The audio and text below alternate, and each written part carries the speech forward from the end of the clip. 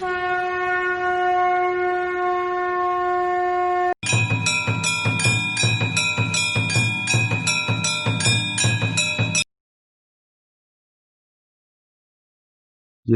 श्री कृष्णा। मेरे प्रिय दर्शकों, कैसे हैं आप सभी। मेरा नाम है ज्योतिषाचार्य दीपक शास्त्री और आप सभी देख रहे हैं मां जगदम्बा ज्योतिष ज्ञान यूट्यूब चैनल।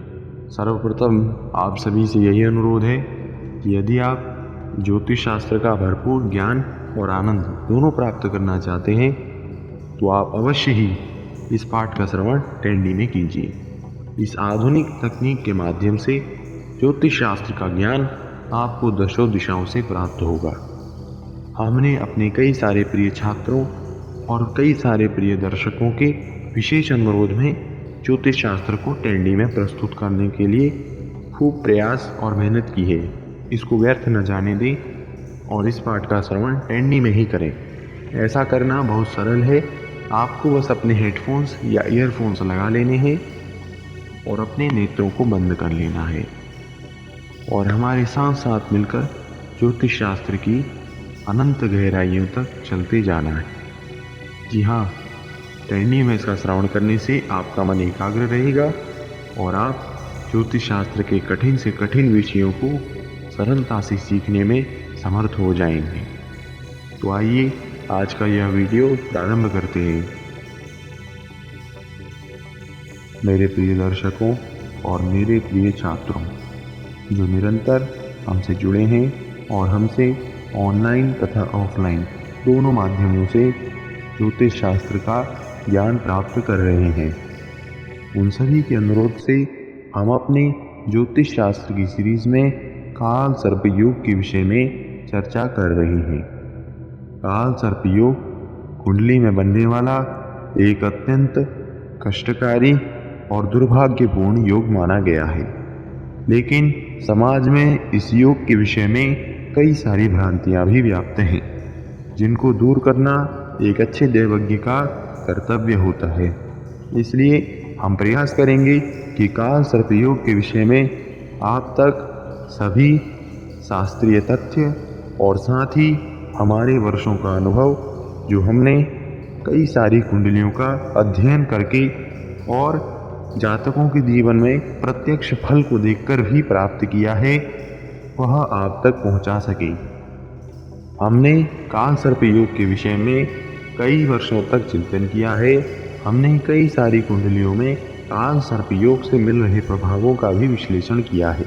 साथ ही हमारे गुरु और आचार्यों से जो हमको काल सर्प योग के विषय में ज्ञान प्राप्त हुआ, वह सभी हम आप सभी के साथ इस सीरीज में बांट रहे हैं।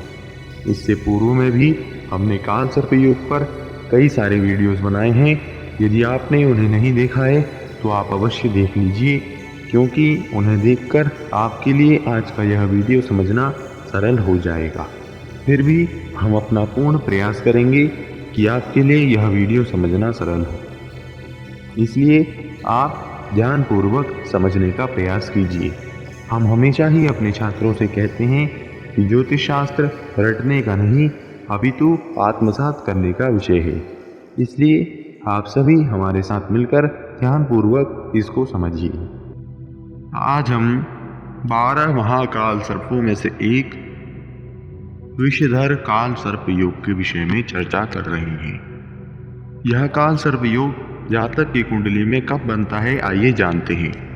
यदि राहु ग्रह एकादश भाव में स्थित हो और केतु ग्रह पंचम भाव में स्थित हो, तब यह विषधर काल सर्प योग बनता है। लेकिन इसके लिए सभी ग्रहों को राहु और केतु के मध्य में स्थित होना अति आवश्यक है। सभी ग्रह ऐसी स्थिति में सभी ग्रह राहु और केतु की वक्र गति से प्रभावित रहते हैं और राहु के कारण अशुभ फल वाले हो जाते हैं। काल सर्प योग में राहु की विशेष भूमिका रहती है, ऐसा हम सदा ही बताया करते हैं और यह सत्य भी है, क्योंकि केतु ग्रह छाया ग्रह हैं और इनका नैसर्गिक स्वभाव अशुभ नहीं है। यह शुभ ग्रहों के साथ शुभाति शुभ फल देते हैं और अशुभ ग्रहों के साथ अशुभ फल देने में भी सक्षम है। लेकिन राहु ग्रह इस प्रकार के नहीं है। उनका नैसर्गिक स्वभाव अशुभ ही है और वह छायाग्रह होने के बावजूद अशुभ फल में कभी भी कमी नहीं करते। आइए अब जानते हैं इस एकादश भाव में अलग अलग राशियों के स्थित होने पर बनने वाले विषधर काल सर्प योग से जातक को किन प्रकार की समस्याओं, किस प्रकार के कष्टों और किस प्रकार की परिस्थितियों से जूझना पड़ेगा। सर्वप्रथम जानते हैं मेष राशि के इस भाव पर स्थित होने पर मिलने वाले फलों के विषय में, और साथ साथ जान लेते हैं यदि इस भाव में वृश्चिक राशि स्थित हो तब जातक को किन प्रकार की समस्याओं से जूझना पड़ेगा। दोनों राशियों के स्वामी मंगल देवता हैं, लेकिन दोनों के स्वभाव में भिन्नताएं हैं। फिर भी दोनों में मिलने वाले फलों में समानता रहती है, बस मात्रा में कुछ अंतर होता है, जिसके विषय में हम पूर्व की वीडियोस में विस्तार से चर्चा कर चुके हैं। इसलिए दोनों राशियों के इस भाव में स्थित होने पर मिलने वाले फलों को हम साथ में ही जान लेंगे। एकादश भाव से मिलने वाले सभी फलों पर राहु का विशेष प्रभाव रहता है। इस योग के कारण जातक का जीवन उसके जन्म स्थान से दूर व्यतीत होता है। जातक का अपने बड़े भाई के साथ बड़ा गहरा विवाद हो सकता है। जातक का जीवन सदा ही संघर्षमय बना रहता है। नेत्र, हृदय व अनिद्रा, इन तीनों से संबंधित रोग जातक के लिए परेशानी का कारण बन जाते हैं। तो आइए अब बात करते हैं कि यदि एकादश भाव में शुक्रदेव की वृषभ राशि स्थित हो अथवा शुक्रदेव की ही तुला राशि स्थित हो तब जातक का जीवन किस प्रकार का होता है। ऐसे जातक का जीवन कष्टपूर्ण होता है और इनके जीवन का अंत भी रहस्यमयी ढंग से होता है। जातक की पढ़ाई में भी बाधा उत्पन्न होती है। यदि वह किसी तरह उच्च शिक्षा तक पहुंच भी जाए तो उसको पढ़ाई से कोई सफलता प्राप्त नहीं होती और उसकी स्मरण शक्ति भी कमजोर रहती है। आइए अब जानते हैं यदि एकादश भाव में बुध देवता की मिथुन राशि स्थित हो अथवा बुध देव की ही कन्या राशि स्थित हो तब जातक को किस प्रकार की समस्याओं से पीड़ित होना पड़ेगा। ऐसे जातक के दादा दादी अथवा नाना नानी उसको हानि देते हैं। चाचा के पुत्रों से भी जातक को मनमुटाव हो सकता है।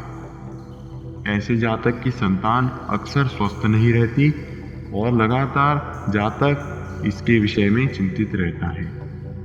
आइए अब बात करते हैं कि यदि एकादश भाव में चंद्रदेव की कर्क राशि स्थित हो तब जातक को कैसी विषम स्थितियों से गुजरना पड़ेगा। ऐसे जातकों की इच्छा शक्ति कमजोर होती है। इनका मन करता है कि यह आत्महत्या कर ले, लेकिन ऐसे जातकों की माता इनका उत्साहवर्धन करती हैं, लेकिन जातक का मनोबल अत्यधिक शून्य रहा करता है। लाभ में कई सारी बाधाएं रहती हैं। हमेशा ही जातक की बदनामी की स्थिति बनी रहती है। तो आइए अब जानते हैं कि यदि एकादश भाव में सूर्य देव की सिंह राशि स्थित हो तब जातक को कैसी समस्याओं से जूझना पड़ेगा, कौन सी पीड़ाएं उसको परेशान करेंगी। ऐसे जातक के परिवार में सदा ही विग्रह की स्थिति बनी रहती है। जातक को लगता है कि उसको धन लाभ होगा, लेकिन जातक को कुछ भी हाथ नहीं लगता। जीवन में धर्म, अर्थ, काम और मोक्ष किसी भी क्षेत्र में जातक को विशेष सफलताएं प्राप्त नहीं होती।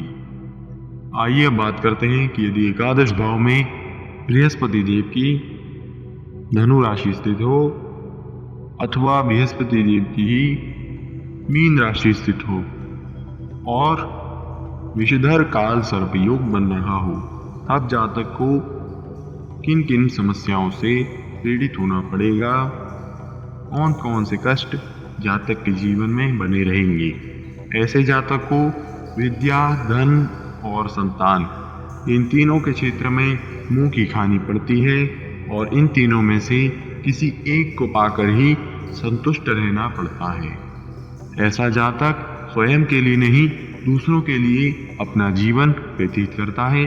परोपकारी होने के बावजूद जातक समाज में सम्मान नहीं पाता है। आइए अब बात करते हैं कि यदि एकादश भाव में शनि देव की राशि मकर अथवा शनि देव की ही दूसरी राशि कुंभ स्थित हो और विषधर काल सर्पयोग बन रहा हो, तब जातक को कैसी समस्याएं होंगी, आइए जानते हैं विस्तार से। ऐसे जातक का बड़ा भाई उसका सहयोग नहीं करता और उसके कारण वह जातक हमेशा संशय की स्थिति में जीता है। लाभ की चिंता जातक को सदैव बनी रहती है। ऐसे जातकों को मधुमेह अथवा कोई असाध्य रोग पीड़ित करता है। ऐसे जातक अल्प बुद्धि वाले भी होते हैं और अपने हाथों से ही अपना बुरा कर बैठते हैं। तो प्रिय दर्शकों, आज हमने विषधर काल सर्पयोग के विषय में अपने विचार प्रस्तुत किए। हमें आशा है कि आज का यह वीडियो आपके लिए उपयोगी और ज्ञानवर्धक सिद्ध होगा और आप विषधर काल सर्पयोग के विषय में महत्वपूर्ण बातें जान चुके होंगे। हमारा यही मानना है कि ज्ञान बांटने से ही बढ़ता है, इसलिए हम अपने इस चैनल के माध्यम से आप सभी के लिए ज्योतिष शास्त्र के महत्वपूर्ण विषयों को सरलता से प्रस्तुत करने का प्रयास करते हैं। आपको भी हमारा पूर्ण सहयोग करना चाहिए ताकि हम आपके लिए नए नए वीडियोस और भी अधिक संख्या में बना सकें। ऐसा आप हमारे चैनल को सब्सक्राइब करके, हमारी वीडियोस को अधिक से अधिक लाइक करके और अपने मित्रों के साथ अधिक से अधिक शेयर करके कर सकते हैं। ज्ञान को रोकिए नहीं, अधिक से अधिक बांटिए और अपने मित्रों के साथ इस वीडियो को अधिक से अधिक शेयर कीजिए। तो आज के लिए इतना ही, मिलेंगे आपसे नई वीडियो में। तब तक के लिए जय श्री कृष्णा।